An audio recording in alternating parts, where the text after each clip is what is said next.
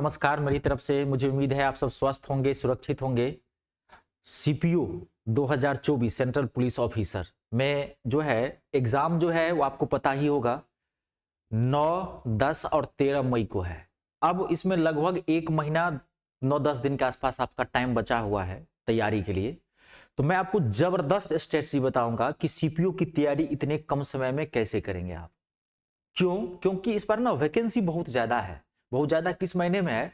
2023 में 2023 में वैकेंसी जो थी वो थी 1876, लगभग 1900 के आसपास वैकेंसी थी। लेकिन 2024 में जो सीपीओ में जो वैकेंसी है वो लगभग वैकेंसी है 4200 के आसपास, 4187, 4187 पोस्ट है टोटल। तो इस हिसाब से इस बार वैकेंसी बहुत है। अगर पिछले की तुलना में देखते हैं लगभग दोगुनी वैकेंसी आ गई।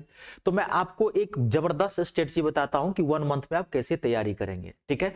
और मैंने आपको पूरा सिलेबस, एग्जाम पैटर्न, मैंने सारी चीजें बता दी है। जो लोग बच्चे नहीं जाके देखें पहले तो आप एग्जाम पैटर्न को देख लीजिए कि टायर फर्स्ट में क्या आता है, टायर सेकंड में क्या आता है, फिजिकल फिटनेस टेस्ट क्या है। मैंने इसकी एक प्रॉपर वीडियो बनाई थी पूरा एग्जाम पैटर्न पे, ताकि जब एग्जाम का पैटर्न पता होगा तभी ना आप तैयारी करेंगे कैसे क्या है। तो मैं आपको बताता हूँ कि टायर फर्स्ट में जो है वो 4 चीजें आती है। 50 का मैथ आता है, 50 की इंग्लिश आती है, 50 की रीजनिंग आती है और 50 का जीके जीएस आता है। टोटल 200 क्वेश्चंस होते हैं, 200 मार्क्स का, और 120 मिनट का टाइम दिया रहता है। ये टायर फर्स्ट का आपका सिलेबस है। और इस बार कट ऑफ जो है थोड़ी लो भी जाएगी, मैं आपको ये भी बताता हूँ। पिछली बार थोड़ा मैं चर्चा कर लेता हूँ। पिछली बार जो कट ऑफ गई थी, ऐसे देखिए सीपीयू की ना पोस्ट वाइज अलग अलग कट ऑफ जाती है। कट ऑफ थोड़ा सा ही मतलब 2-4-5% का ही मार्जिन होता है। सीपीयू में दिल्ली पुलिस एसआई की कट ऑफ सबसे हाई जाती है, उसके बाद सीआरपीएफ सब इंस्पेक्टर की जाती है, सीपीएफ की जाती है जो एसआई वाले होते हैं। तो जनरल वालों की जो कट ऑफ गई थी लगभग लगभग 70% के आसपास गई थी टायर फर्स्ट की कट ऑफ। 138 पॉइंट समथिंग कुछ मार्क्स जो था, इससे जो है जो कट ऑफ गई थी इतने के आसपास, 70% के आसपास।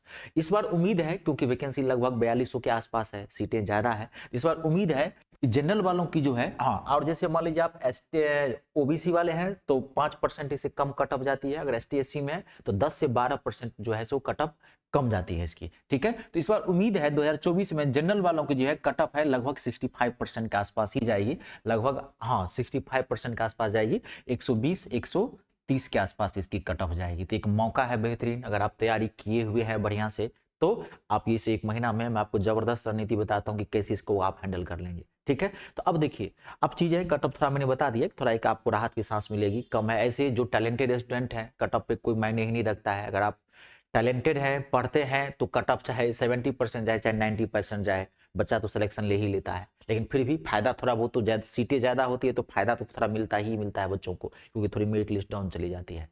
तो आपको क्या करना है, देखो लगभग 40 दिन का टाइम आपके पास बचा हुआ है। तो आपको तैयारी कैसे करनी है मैं बताता हूँ। ये उन बच्चों, मतलब 1 महीना में वो बच्चे तैयारी कर सकते हैं कि जिनको पूरा math, English, reasoning, GK, GS, आपको सीपीयू का पूरा सिलेबस कवर है, आपको आता है। अब ये 1 महीना में करते कैसे हैं, तो आपको क्या करना है, देखो यहाँ पे तैयारी कैसे करनी है। आपको 4 चीजें हैं, math, English, reasoning, GK, GS. तो आपको सबसे ज्यादा जो फोकस करना है अभी, मैथ और इंग्लिश पे फोकस करना है। क्यों? क्योंकि रीजनिंग और जीके जीएस ये इजी सेक्शन में आता है। रीजनिंग इजी होते हैं, लगभग लगभग 80% इसके क्वेश्चंस इजी है। जीके जीएस का दायरा बहुत बड़ा होता है, आप कितना भी पढ़ लेंगे तो आप 50% से ज्यादा क्वेश्चन नहीं कर पाएंगे, क्योंकि जीके जीएस में 7 सेक्शंस होते हैं, history, geography, polity, physics, chemistry, bio, current affair, computer से भी क्वेश्चंस आ जाते हैं। तो जीके जीएस को आप जितना पढ़े हैं, आपको जीके जीएस जितना आता है, आप उसको खाली रिवाइज करते रहिए। अब ज्यादा पढ़ने की कोशिश मत कीजिए, क्योंकि टाइम बहुत कम है। बात को समझिएगा। आप ज्यादा पढ़, मान लीजिए आप बायोलॉजी पढ़ रहे हैं, या मान लीजिए आप हिस्ट्री पढ़ने की कोशिश कर रहे हैं, तो पढ़ भी लेंगे ज्यादा तो क्वेश्चन कितना आएगा, हिस्ट्री से 3-4 क्वेश्चन आएगा। लेकिन 50 मार्क्स का तो मैथ है, 50 मार्क्स की तो इंग्लिश है, 50 मार्क्स का रीजनिंग है। तो अभी आप इन 3 मेन पेपर पे फोकस कीजिए, क्योंकि मैथ, इंग्लिश और क्या कहते हैं रीजनिंग, इन 3 के सिलेबस फिक्स होते हैं, जीके जीएस के सिलेबस फिक्स नहीं होते। जितना आता है आप उसको उतना रिवाइज करते रहो भी। अब इन 3 पे फोकस करो आप। और खासकर रीजनिंग तो इजी सेक्शन में आता है, मैं रही बात मैथ और इंग्लिश की, तो इन 3 को फोकस करना है। रीजनिंग थोड़ा इसी सेक्शन, थोड़ा कम समय भी देना। आपको करना क्या है मैं बताता हूं। जीके का तो मैंने बता दिया, अभी कुछ नया पढ़ने की कोशिश मत करना, खाली आप जो है सो जो पढ़ रहे हैं उसी को रिवाइज करते रहिएगा। और अभी आपको मैथ, इंग्लिश, रीजनिंग के लिए क्या करना है, तो पिछले 7 साल का क्वेश्चन पेपर, 7 इयर्स का, 2023 छोड़ देना, क्योंकि 2023 का कभी भी पैटर्न आपको या क्वेश्चन का ढर्रा नहीं मैच करेगा, 1 साल गैप लेता है, पुराना थोड़ा होना चाहिए। तो 7 साल का, लगभग 7 साल का क्वेश्चन पेपर अभी आप बना जाओ आराम से, 10 20 50 बार बना जाओ, 10 10 घंटा 12 12 घंटा पढ़ो। जब समय कम होता है तो उस समय को कैसे आप बड़ा समय कर सकते हैं, तो स्टडी आवर बढ़ा करके। आप पहले 4 घंटे पढ़ते थे, 5 घंटे पढ़ते थे, अब 1 महीना है, इसको 3 महीना में कन्वर्ट कर सकते हैं। कैसे? आप अपना स्टडी आवर बढ़ा दीजिए, 10 10 घंटा 12 12 घंटा पढ़ लीजिए। और अभी आप कुछ भी नया मत पढ़िए, क्योंकि अभी कुछ भी नया पढ़ेंगे आपको पढ़ने नहीं पड़ेगा, वो माइंड से स्लिप करेगा।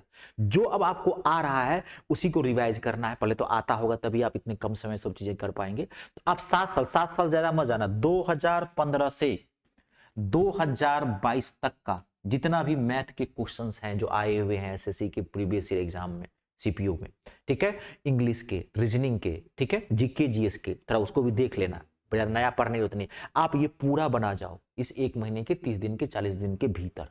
कुछ भी नया मत करो, जो आपको आता है उसी हिसाब से बनाओ। अब थोड़ा सा मैं आपको एक चीज और क्लियर कर देता हूं, थोड़ा करंट अफेयर की चर्चा कर देता हूं। तो करंट अफेयर के लिए जीके जीएस में तो नया पढ़ना नहीं है, जो आ रहा है उसी को प्रीवियस ईयर को रिवाइज करते रहिए, ठीक है, क्योंकि इसमें डाटा पैटर्न यही सब चेंज करता है, बदलता नहीं है। 15 से पहले ज्यादा मत जाइए, क्योंकि हर 5 साल 7 साल के बाद एग्जाम में क्वेश्चन का पैटर्न कुछ ना कुछ 50% का बदल जाता है। तो 15 ज्यादा पुराना नहीं करना है, क्योंकि टाइम भी अभी उतना नहीं है।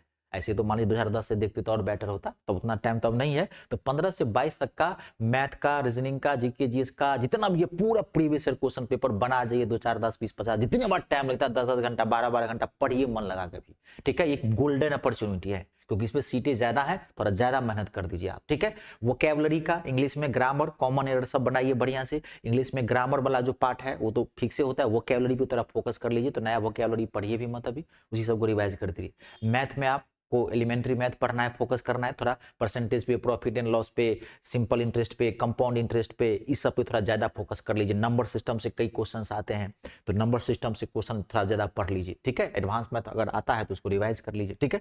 अब जीके जीएस, क्योंकि जीके जीएस में करंट अफेयर के कम से कम 55 7 क्वेश्चन पूछ देता है, कभी कभार तो 8 8 10 10 क्वेश्चन पूछ देता है। तो आप करंट अफेयर की तैयारी कैसे करोगे इतनी कम समय में? तो मैं आपको एक पब्लिकेशन की बुक बताता हूँ, आप वो ले लेना और उसको आप पढ़ लेना। बहुत पतली सी बुक होती है, ठीक है। आप पढ़ोगे 1 हफ्ता में, आप पढ़ लोगे, 2 2 घंटा टाइम दोगे तो। खाली हाईलाइट करना, आप बुक में ना हाईलाइट जो होती है कि भाई मेन बात समझनी है क्या है। क्योंकि करंट अफेयर में कभी आपको डीपी नहीं जाना है, क्योंकि आप यूपीएससी के स्टूडेंट तो है नहीं। उसमें यूपीएससी में रिटन फॉर्मेट में पूछता है, डिस्क्रिप्टिव जीके जीएस पूछता है।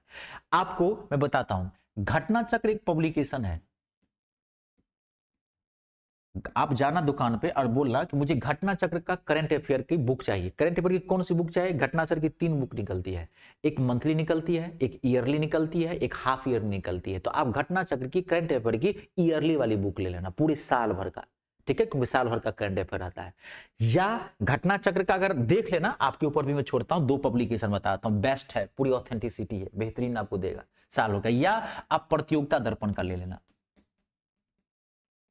क्रॉनिकल का मत लेना, क्रॉनिकल यूपीएससी वालों के लिए होता है। प्रतियोगिता दर्पण एक मैगजीन है, ये पर मंथ भी निकालती है, हाफ ईयरली भी, ईयरली भी। तो आपको इन दोनों में से एक आपको कोई ईयरली वाली करंट अफेयर की ले लेनी है, उसमें जो 5 7 10 क्वेश्चन पूछते हैं वो आपको कवर हो जाएगा।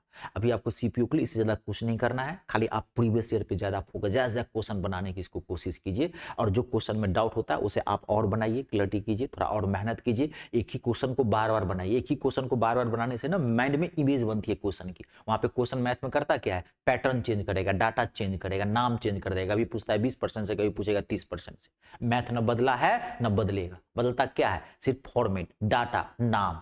आई बात समझ में? क्योंकि मैन जो प्रॉब्लम थोड़ी आती है वो मैथ इंग्लिश में आती है, रीजनिंग जीके जीएस तो इजी सेक्शन होता है, तो आप कर ही लेते हैं, ठीक है। तो इस 30 40 दिन में मैंने आपको जबरदस्त रणनीति बता दी है। आप सिर्फ प्रीवियस ईयर का 7 साल का क्वेश्चन पेपर को आप बना जाओ। जीके जीएस को भी ज्यादा बिल्कुल भी नहीं पढ़ना, जो आता है उसी को देखना, क्योंकि उसका दायरा बहुत बड़ा है। इतने कम समय में आप मेहनत कर भी कर लोगे तो कुछ मिलेगा नहीं, क्योंकि जीके जीएस में 7 बता दिए, 7 सेक्शन होते हैं, तो क्वेश्चन कम कम मिलेगा आपको। हिस्ट्री भी पढ़ रहोगे, मिलेगा 2 3 क्वेश्चन, वो भी मिलेगा नहीं मिलेगा गारंटी नहीं है। लेकिन मैथ इंग्लिश और रीजनिंग की गारंटी है, क्योंकि इसकी सिलेबस फिक्स है। इस पर अभी तीनों फोकस ज्यादा कीजिए आप, ठीक है। चलिए आज के लिए इतना ही, हमारी तरफ से बेस्ट ऑफ लक भी है। नमस्कार, धन्यवाद।